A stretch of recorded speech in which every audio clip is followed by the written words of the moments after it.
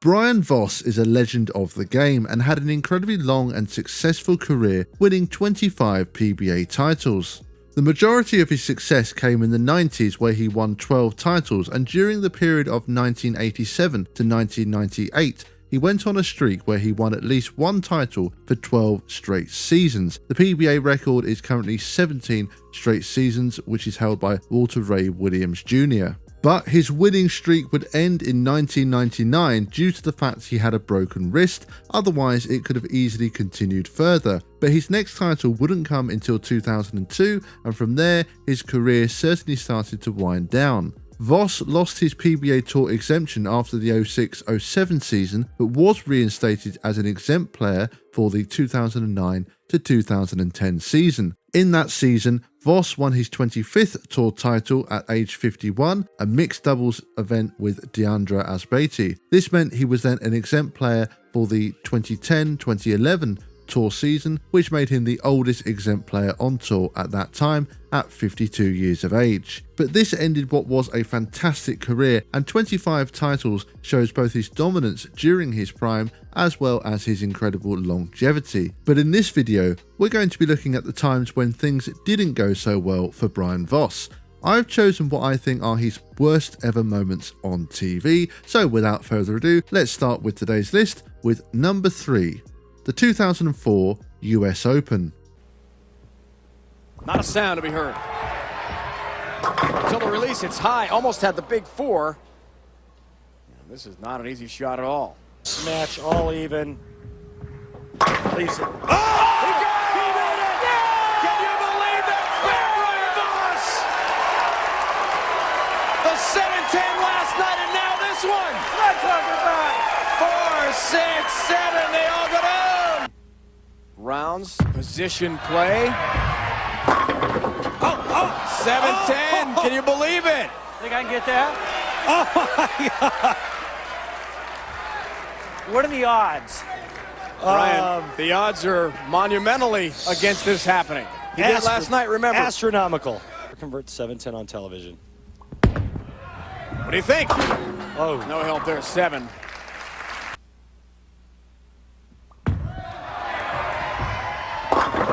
It's high. Ball. 10 won't fall, Brian. Sorry. For skill level, he should make this 8 out of 10 times. Look out. The 3 stands, a huge error for Brian Voss. We'll see how devastating that turns out to be. Another open frame, Randy. I think that Brian Voss got his chance when Pete opened in the 5th frame. I don't see Pete Weber opening again. Voss made the telecast as the 3 seed and would face Walter Ray Williams Jr., who defeated a very young Oscar Palermo in match number 1. Voss had an excellent run to make the telecast, which included making the 7-10 in a position round match. About a month prior to this event, he had changed to a 4-step approach, and it seemed to be working well for him. He was pumped up early on and had the first 3 strikes before going through the nose, leaving the 3-4, 6-7 for an open, but Walter would leave a split of his own, and Voss would pick things back up, striking all the way out for a 260 game against Walter's 214. Then in the semi-final match against Chris Barnes, it was a bit more of a modest scoring match. Barnes made a mistake in the 5th, chopping the 3-6-10, and then made a poor shot in the 8th frame, leaving the Greek church. Voss then threw 3 in a row to all but seal the win and got the count needed in the 10th frame to move on to face Pete Weber for the title match. I tell you what, Pete and I are great friends, but when we step up here, we don't like each other, and that's just the way it is. All right, we'll look out for that. Real special. I just kind of watched them bowl a little bit, see where they were playing the lanes, and got a little bit of a read. So, like Brian said, we don't like each other right now. Let's get it on. All right. Dave, I'm out of here.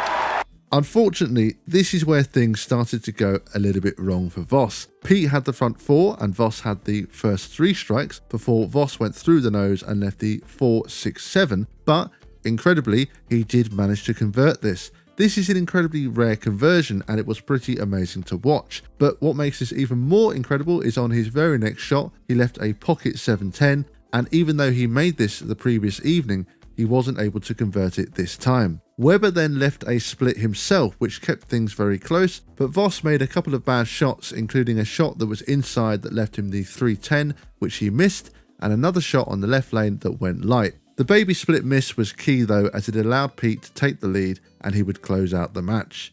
Voss came incredibly close here to winning his second major and had two very good wins against the very best in the game in Walter Ray and Barnes, but just came up short. Number 2, the 2005 World Championship. 7-game matches. I think Brian Voss actually welcomes it. That's high. Look out for the Hall of Famer. Big four. God! Here's take 2 of the 4. We saw Walter Ray Williams Jr. that incredible feat earlier this season. First time ever on TV. Knocked down the big four. Collegiate bowler. And eventually, Brian Voss going right to it. Wow, Brian Voss is so frustrated, folks. He's really lost his composure. This is unusual. Absolutely a shock. And Brian Voss, as he tries to knock out that 7, is essentially giving up here. I'm amazed. Those are made the wrong decision as to how to play the lanes. He's fast-tracking himself, Randy. I've never seen anything like this, especially in a major championship. Voss made the telecast for the 2005 World Championship, and it was a very hard road to get there, as all 4 of his match play matches were a best of 7 games, and they went all the way. In semi-final number 1, he played Chris Loschetter, and Voss looked great on the right lane, but had huge problems on the left. In frame 3, he left the 4-6-7, but did get fairly close to picking this one up. But it would be an open frame. He did get 3 in a row, which was much needed, as Loschetter was working on 4 strikes, but again, the left lane was Voss's undoing, and he went through the nose again, this time leaving the big 4. This shot looked inside all the way, and an open would mean he was down by 39. Loschetter struck again in the 7th and 8th frames to put this one away. Voss was clearly very frustrated with himself, as we saw from his reaction after leaving the big 4. It was an excellent run from him throughout the entire tournament, but it wasn't to be on this occasion. Number 1. Throwing a gutter ball on TV. For this shot.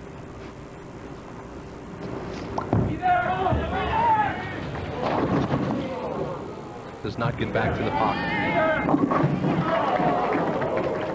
What a tough start as he chops a 2-4-5 off the 7.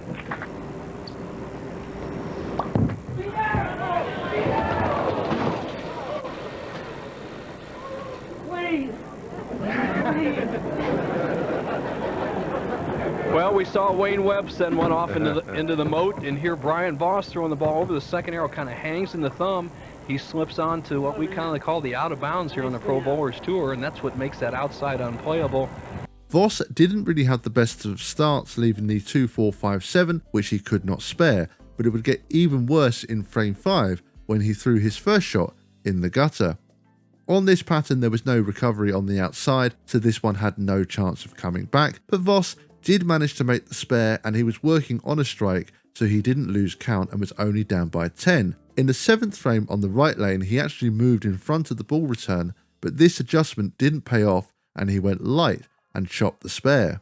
Steelsmith continued to plug along, getting an important strike in the foundation frame. Voss did strike in the 8th and 9th to give himself a chance, and then got this great break kicking out the 7 pin, but his second shot in the 10th went high and he left the 4-9, and this made a huge difference as it meant Steelsmith only needed a mark to win, and he struck on his first shot off the 10th frame to win the major title.